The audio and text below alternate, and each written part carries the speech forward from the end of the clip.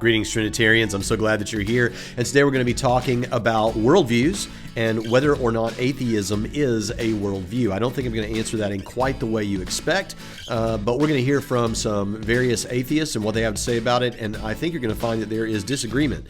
But I think we can apply some principles of worldview evaluation to this.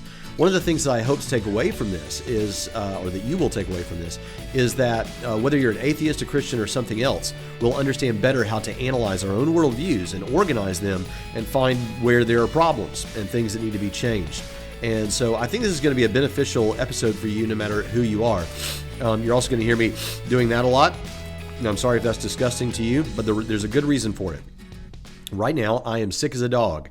But the show must go on. You see how dedicated I am to you, that even though I'm sick, I'm willing to do this. The thing is, I'm just going to tell you right now, I'm far too lazy to go in and edit out all the times that I do this.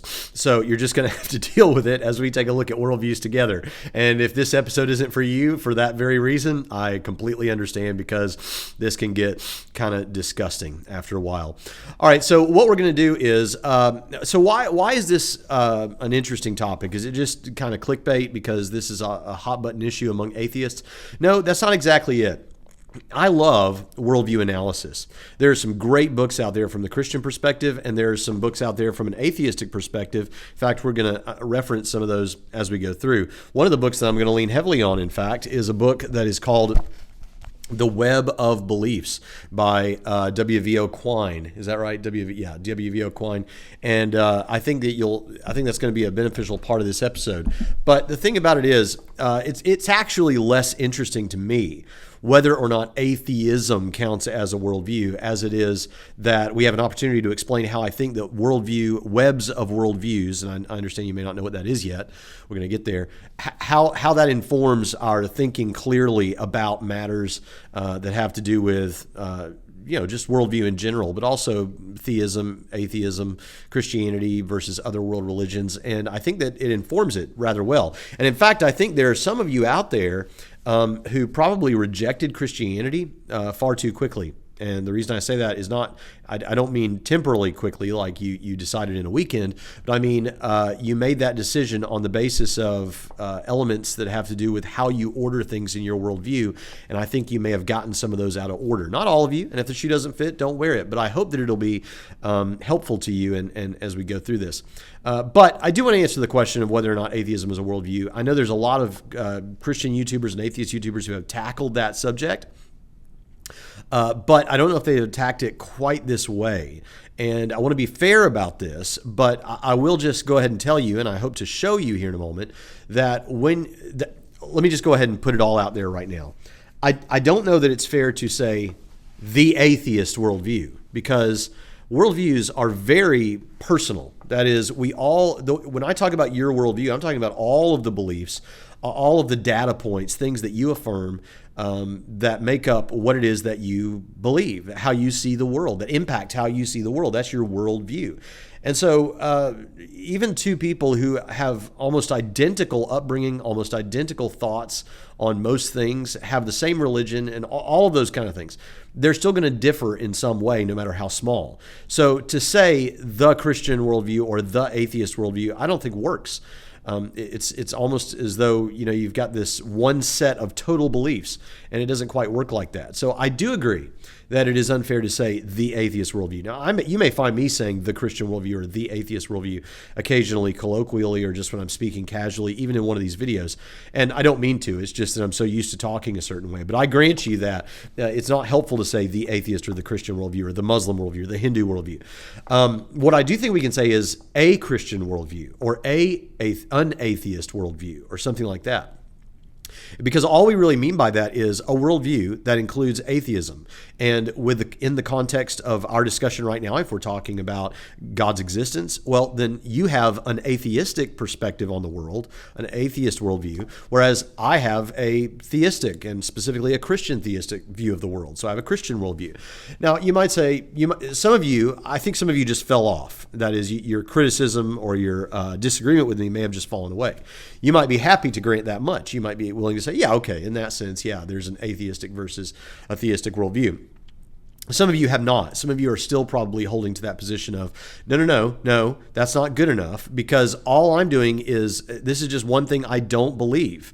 So you wouldn't say that I have an A unicorn worldview. Well, frankly, yes, I think I would. If we were talking about unicorns right now, if the subject of a discussion was whether or not unicorns exist, perhaps I was at a unicorn believing conference and someone asked for me my position on that, I might say I am an A unicornist. I have an A unicorn worldview. So you see, I think actually we're being a bit silly about some of those things. I think it's perfectly fine to say an atheistic worldview. But some might still disagree, because I might say, but here's the deal, Braxton.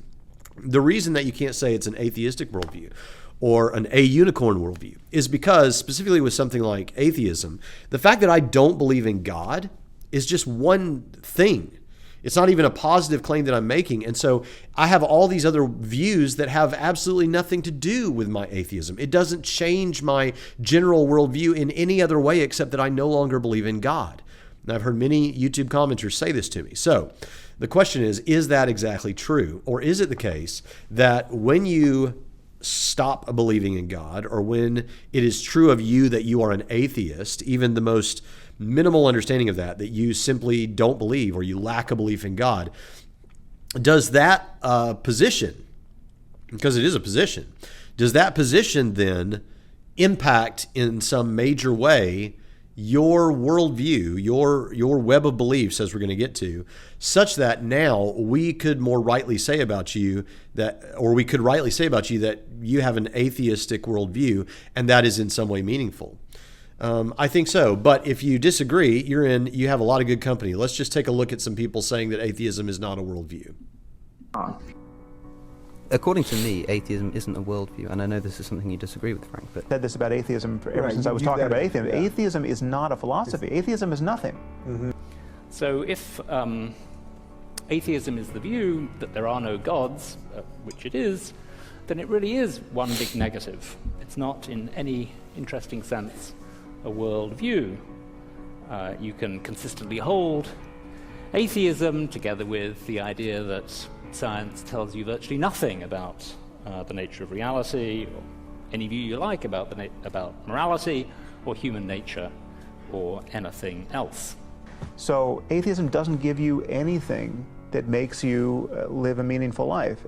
But as far as I'm concerned, atheists in general, or atheism, isn't a worldview. I know who proudly wear the badge are active atheists. They're like in-your-face atheists, and they want to change policies. And well, uplifting though this may be, it seems to me to be all wrong. Okay, so basically you see there are a lot of atheists out there who go around saying it's not a worldview. It's just the lack of a belief. It's just one big negation.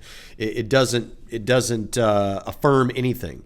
The problem is, and this is where we should get to a little bit of the web of beliefs. By the way, I should go ahead and say this is from the Veritas Forum, and you'll notice that the clip that the very scholarly-looking guy who was standing on a stage was talking about this issue, and his name is Professor Byrne, and he is himself an atheist, and he is responding to a statement by Rosenberg, Alex Rosenberg, I think. And I want you to notice what Rosenberg says, because you'll see that not all atheists agree. The philosopher Alex Rosenberg wrote a book a few years ago called The Atheist's Guide to Reality. And at the beginning he says the following: most people think of atheism as one big negative. Atheists perpetuate the stereotype by devoting so much time and energy to broadcasting the evidence against God's existence. But there's much more to atheism than its knockdown arguments that there is a God, that there is no God. Sorry, Freud said that. There is the whole rest of the worldview that comes along with atheism. The whole rest. It's a demanding, rigorous, breathtaking grip on reality, one that has been vindicated beyond reasonable doubt. It's called science. Well, uplifting though this may be, it seems to me to be all wrong. So if atheism is the view that there are no gods, which it is, then it really is one big negative. It's not, in any interesting sense, a worldview. You can consistently hold atheism together with the idea that science tells you virtually nothing about the nature of reality, or any view you like about about morality, or human nature, or... Okay, so the bottom line is, you see here that we have some different views, and we're going to see more different views, more atheists saying that it kind of is a worldview, but in a unique way. See, it's what he says there at the end, I flatly disagree with. While it may be true that atheism is a negation of a belief, it does bring along with it, once your worldview position, once in your worldview there is the position of atheism, then that impacts everything else, or a lot of other things anyway. So let me give you an example of why that, or how we know that that's true. So let's talk about party affiliation in the United States. If you are an atheist, what political party do you think you're most likely to be in? And the fact is, I think that most of you already know, don't you? Interesting that. Why do you already know? Don't you already know because it's kind of not necessarily a given, but very, very likely that if you're an atheist, you'll be a part of the Democrat Party. Look at this. 69% of atheists are Democrat or lean Democrat, as opposed to 15% Republican and 17% no lean, because after all, they lack a belief in which political party they should be a part of. I'm just kidding around. So okay, there you go. There you go. Party affiliation among atheists. Percent of atheists who identify as, and then we have there 69%. This is from Pew Research Center. So also, we could go to abortion views about abortion among atheists. I mean, this is a big, whatever you think about this is a very hot button issue right now in our culture. This is a big deal. And when we look at the views among atheists, 87% say it should be legal in all or most cases. 11% think it should be illegal in all or most cases, and 2% don't know. So that's the abortion views among atheists. What about same-sex marriage? What do you think? Are you completely at a loss for what the answer is going to be? Of course you're not. You know the case is going to be that a large number of atheists are strongly in favor of same-sex marriage. Here we have 92%. What about the views on human evolution? What do you think that the chances are that we have a large number of atheists who don't believe in evolution? Well, let's take a look. 91%. Now, this is actually pretty interesting. There is 1% more atheists who believe in same-sex marriage than believe in evolution, but you still have 91%, as opposed to don't know, less than 1%. Always existed in present form, 5%. Evolved, don't know how, 1%. Evolved due to God's design, 2%. That doesn't make a lot of sense, does it? But anyway, views about human evolution among atheists. So you see here, what do we learn from this? Well, what we learn is that when you have atheism as a part of your worldview. Now, there are Buddhists who are atheists. There are people that are non-natural realists who believe, in abstract objects and things that are real. They're not materialists. They're not naturalists. But the kind of atheists that we're typically talking about in these YouTube discussions and in Western culture when we're having these kind of talks, it's often going to be naturalistic atheists, materialist atheists. And we see here that if that's a part of your worldview, if atheism of that sort is a part of your worldview, then it just seems like you fall into and notice it's not like we're talking about 62% or something. Most of these are in the 90s. Let's see, 91 on evolution, 92 on same-sex marriage, 87 on abortion. 69% on party affiliation. But you see, we can broadly put you into certain categories, and it's not that it's always going to be true. But that's why, but right there, if you say, well, that's not fair because you're going to run into atheists who don't fall into these certain categories. Well, that's certainly right, isn't it? And there's going to be Christians who don't fit into the neat little boxes that you might have laid out for them. But the fact of the matter is, we broadly can see that if you're an atheist, you're going to have an atheistic worldview, and often that atheistic worldview is going to contain these similarities with a large number of other atheists, at least in the United States. Now, so what I hope to express to you is exactly what Godless Cranium has to say. Listen to what he has to say. My point is that while atheism might only address one question, it can have a widespread influence over all kinds of other beliefs. And as a consequence... consequence our actions. But what do you think? Please let me know in the... Yeah, so the point of this video was to say, I know that I'm going to upset everybody, but here's the deal. If I'm being honest about it, when you're an atheist, it impacts a lot of your other worldview, other beliefs, just like Rosenberg said. I think the distinction to make is that there is a difference between saying the atheist worldview and unatheist worldview. Now, what's the point of all of this? Well, the point about it is, if you're not willing to take seriously the fact that your atheism makes a huge impact on the rest of your worldview formation, a really big impact on, like we just saw, these social issues and all kinds of other things, then it's going to, if you're not willing to take that seriously, then you're going to make mistakes in evaluating your worldview. This actually gives me the opportunity to take a look at worldview formation and what the web of beliefs is all about. So we're going to do that, but I'm going to look up Penn Jillette. I'm not sure how to spell Jillette. Penn Jillette. Let's see. So we're going to take a look at Penn Jillette, and we're going to see how I think he made a huge error in his worldview setup. And I think that many of you did too. Again, not all of you, and if it's not you, don't worry about it. But I think that there are a number of people that made the same mistake that Penn Jillette made. So before we get there, we need to talk a little bit about what the web of beliefs is. So I've said this a lot on Trinity Radio. If you go back, you can look through our past episodes and find dozens probably of episodes now where I talk about the web of beliefs.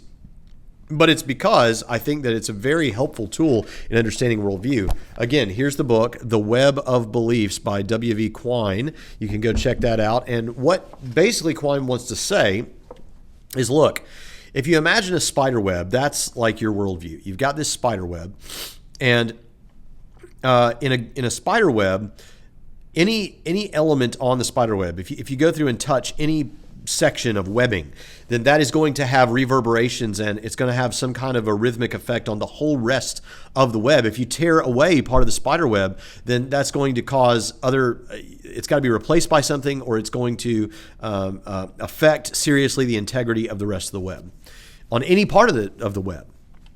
Now, obviously, the areas that are in the very center are going to be the most important areas to the totality of the web holding together. So that if you pulled out the very center of the spider web, something's got to replace it, or else the spider comes along real quick and fixes that. Because if he or she doesn't, then the whole web's going to fall apart, and it's not going to work. And that's how your worldviews are. So what he's saying is, if you think of your worldview as a web, as a spider web, each section of webbing is like a particular belief that you hold. And we're not talking about just your religious beliefs. We're not talking about your philosophical beliefs. We're talking about all of those beliefs and other beliefs about what time of the day is the best day to take out the trash. That's a section in your worldview webbing. So this is all a part of your web of beliefs. And so you need to make sure that you think about that and where you place those in your web, because you do get to decide. And by thinking it through and deciding where it should be placed, you can actually avoid some major pitfalls like the one that Penn Jillette made. So let's say you're an atheist, one thing that I would say probably should be right at the very smack center of your web of beliefs would be, at the very least, your own existence. And frankly, for myself, though not all Christians agree with me about this, I think as for Christians, your belief that you exist should also be right at the center of your web of beliefs, because most fundamental to your worldview is your own existence. That is and now notice, we're not talking about what's most important. We're not talking about the most important beliefs. My own existence is not nearly as important as God's existence, if God exists, right? However, in terms of my worldview, my existence is pretty important to that, because if I found out that I didn't exist, well, then my whole worldview falls apart, right? At a pretty fundamental level, right? So that's pretty important. So that goes right at the center for an atheist, and I think probably for a Christian as well. Now, if you're a Christian, then a little ways out from the center is going to be your belief in God, because Christians who take these things seriously understand that that's how they make sense of the beginning of the universe. That's how they make sense of the meaning of life, the purpose of life. It's how they make sense of what happens when they die. It's how they make sense of all the big ticket items in the world is because they believe that there is a God. And so God is going to be very integral to the web of beliefs and is going to be very close to the center. And so, like in my case, it's almost overlapping my own existence, but it's very, very close to the center. Then you go out a little ways from there and you might get Jesus and the resurrection, because the belief in the resurrection, because that's the linchpin of Christianity. Now, some of you out there might think that sounds a little bit impious. You might say, well, hold on a second. The belief in Jesus should actually be as close to the center as the belief in God anyway, because after all, we're talking about the Christian God. Well, hold on a second. Again, we're not talking about what's the most important beliefs or the most important facts in the world. We're talking about, in terms of the construction of my worldview, my web of beliefs, what ordering is the most important to the integrity of the web. So think about it this way. If we want to say something like Jesus is divine instead of the resurrection. So you got, Jesus is divine. If you found out that God did not exist, so let's say you put Jesus' divinity closer to the center of your web of beliefs than God's existence. So you've got God secondary to Jesus. Now that may seem to make sense to a lot of people, because there's a lot of different, what God exists, theism. That alone doesn't get you what you need, right? So you might think that Jesus goes closer to the center, and then you have God outside of that. The problem with that is, if you tore away the part of the web that had to do with God's existence, that is to say, if I found out that God does not exist, can I still believe that Jesus is God? No, I can't, can I? Because we found out that God doesn't exist. But if you had if you had God closer to the center, and then you had Jesus out a little ways from that, if you found out that Jesus wasn't divine, or that Jesus didn't rise from the dead, would that mean that God doesn't exist? No, it wouldn't. You could still have God. God might still exist even if Jesus isn't God or didn't rise from the dead. Now, obviously, I believe in the Christian God, and I'm quite confident in it, right? But I'm just saying, in terms of the ordering of the web, and I want to reaffirm to you again, not in terms of how important these facts are in the world, but to your web of beliefs. That's very important. A little ways out from there might be your belief in Scripture, what you think about Scripture. If you're a Christian, you might say, well, the inerrancy of Scripture. I hold to a form of what is called biblical inerrancy. And what I mean by that is that I believe the Bible is without error in all that it intends to teach. So in my worldview, as it relates to my Christianity, and remember, I've got all kinds of other views in here.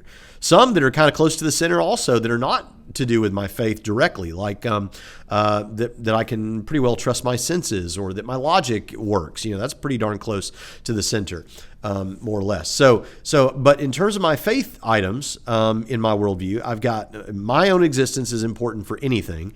Then I've got God's existence. Then I've got the resurrection and divinity of Jesus. Then I've got my views on Scripture. And then I've got a lot of other things that get less integral to the whole as we move out.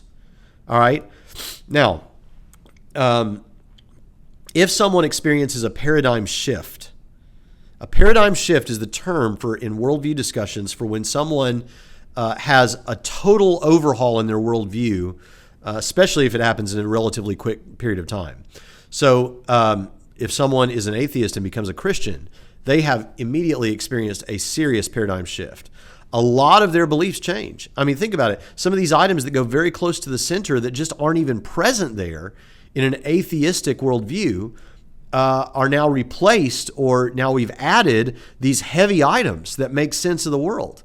If you lose those on atheism, you have these other, that's a big piece of your webbing that's missing now, and you've got to tie that together somehow.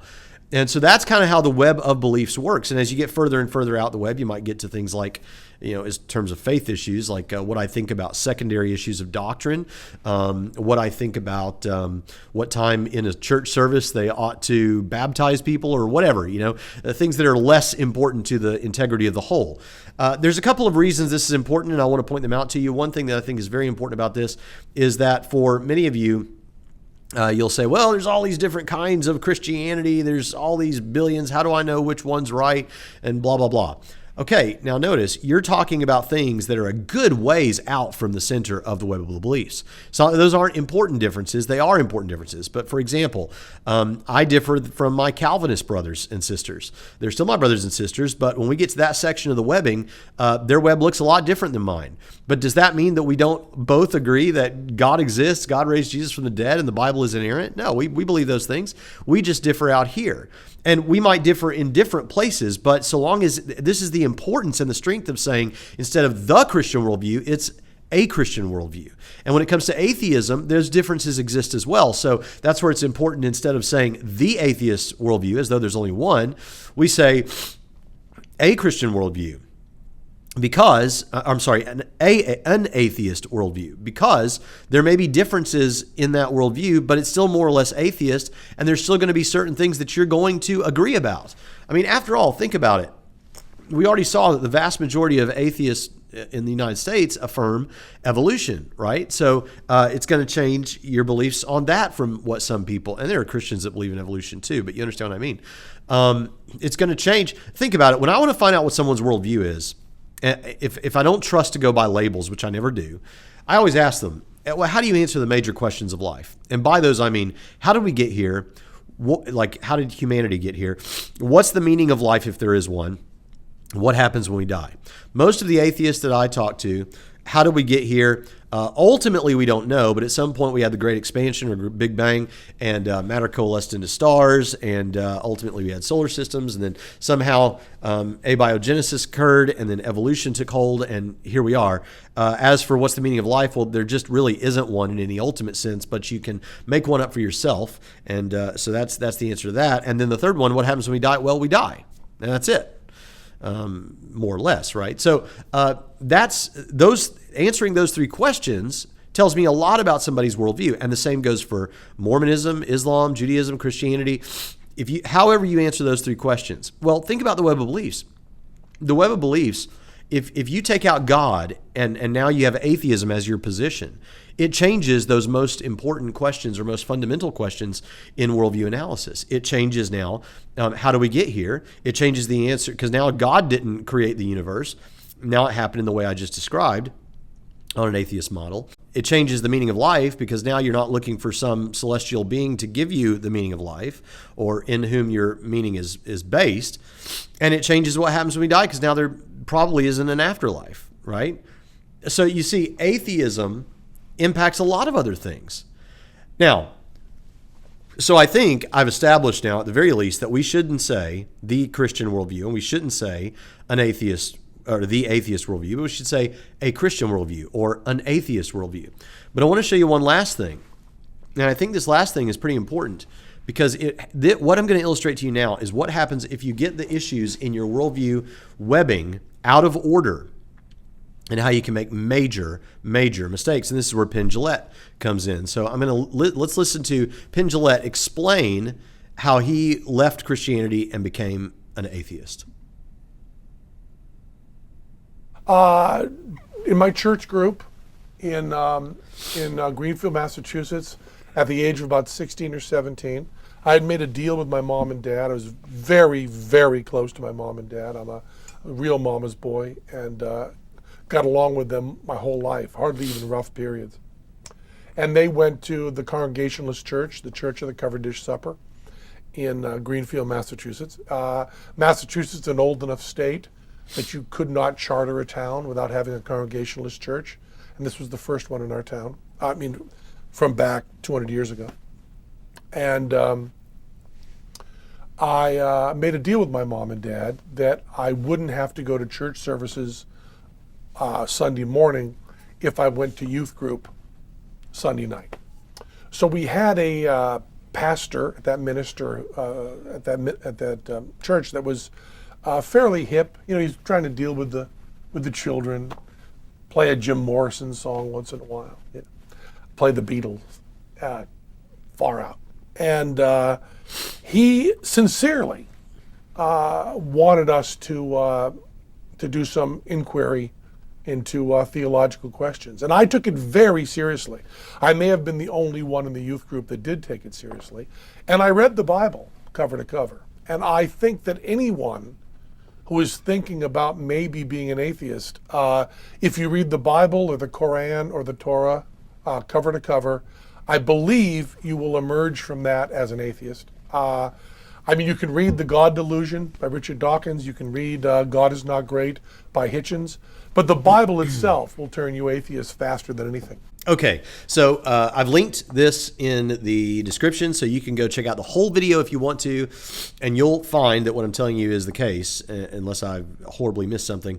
But what happened was Penn Jillette was raised in a Christian family, very close to his family. But as he began to read the Bible, he read the Bible and he said, I just can't believe in God anymore.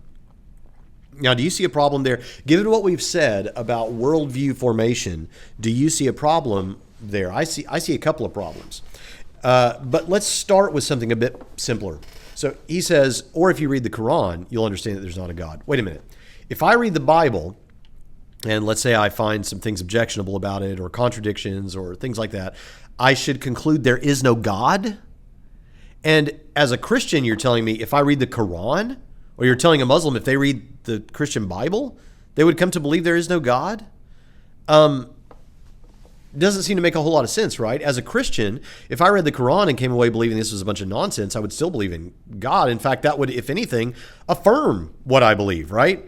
Now, it wouldn't go the other way for a Muslim, because if a Muslim read the Christian Bible, he couldn't come to the decision that all of it was ultimately bunk, right? Because the Quran actually affirms the Old and New Testament of the Bible, even though Christians and Jews may have monkeyed with it, right? But the thing about it is, what you have here is a deeper problem than that.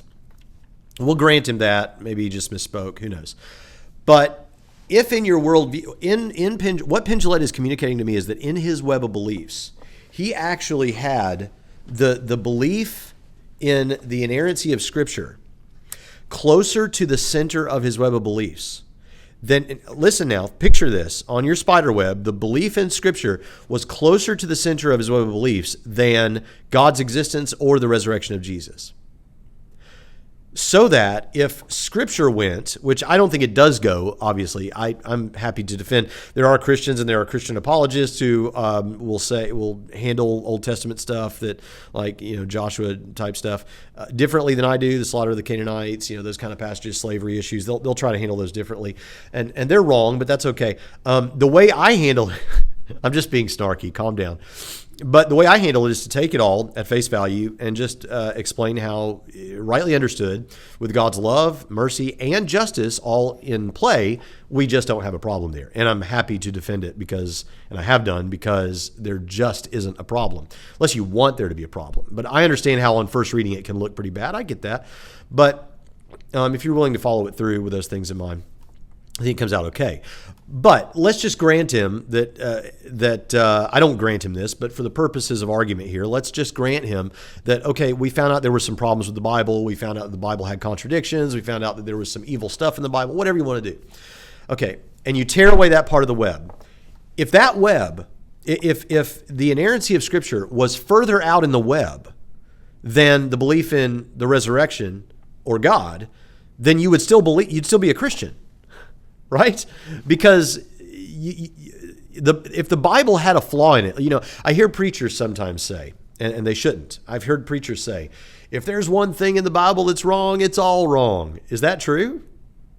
No, that's just logically false. It's not true that if there's one error in a book, then the entirety of the book is wrong.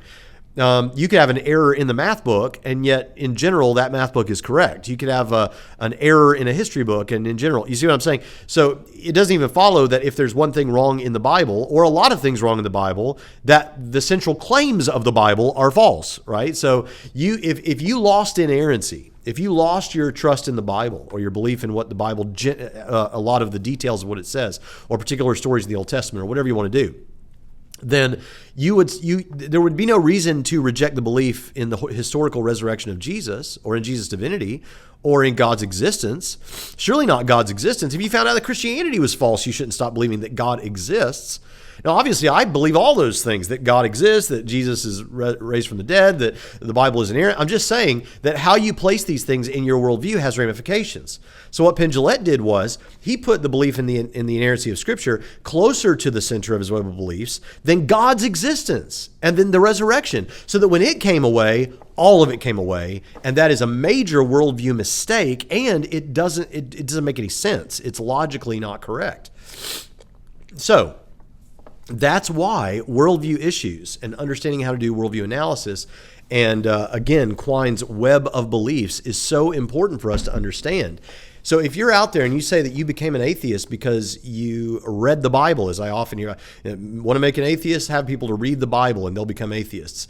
Well, only if they're not very clear thinkers. Because even if they found, which I don't grant, but even if they found that the Bible wasn't, had errors in it, or had some evil stuff in it, or whatever else you want to say, it wouldn't mean that Christianity was false. It wouldn't even mean that Christianity was false, and it certainly wouldn't mean that God doesn't exist. So these are important things to think about. So the takeaways from this shorter than usual video is this, that number one, I think it is fair to talk about atheist worldviews, just not the atheist worldview. And it's fair to talk about Christian worldviews, just not the Christian worldviews. The reason for that is because as individuals, we all have differences in our worldviews. Even my wife and I have differences in our worldviews. And no matter how close you are with someone else, there are going to be differences. And so I have a Christian worldview and my wife has a Christian worldview, and they're overwhelmingly similar, but there are some differences in our Christian worldview. It's fair to talk about an atheist worldview because while atheists may differ and all the rest, they do tend to have certain things in common, as we saw with their views on various issues that are very important issues. They do have a lot of things in common because of their atheism. Oh, by the way, you might say, oh, but that's correlation, not causation. All that shows is that people that happen to be atheists happen to have these things in common. It doesn't show that the atheism caused that belief. That's fine, but for worldview analysis, that doesn't matter. That would be important in some other discussion, but in terms of worldview analysis, it doesn't matter. All that matters is the correlation, that there are people that when you find people who are atheists, you tend to find people holding these kinds of views. So it's fair to talk about atheistic worldviews because your atheism is going to bring along with it a lot of other baggage, and those other it's amazing how much a lack of belief in something impacts the web, and the things that it impacts are big ticket items. So there you go. I hope that that's helpful to you, and I'll see you next time on Trinity Radio.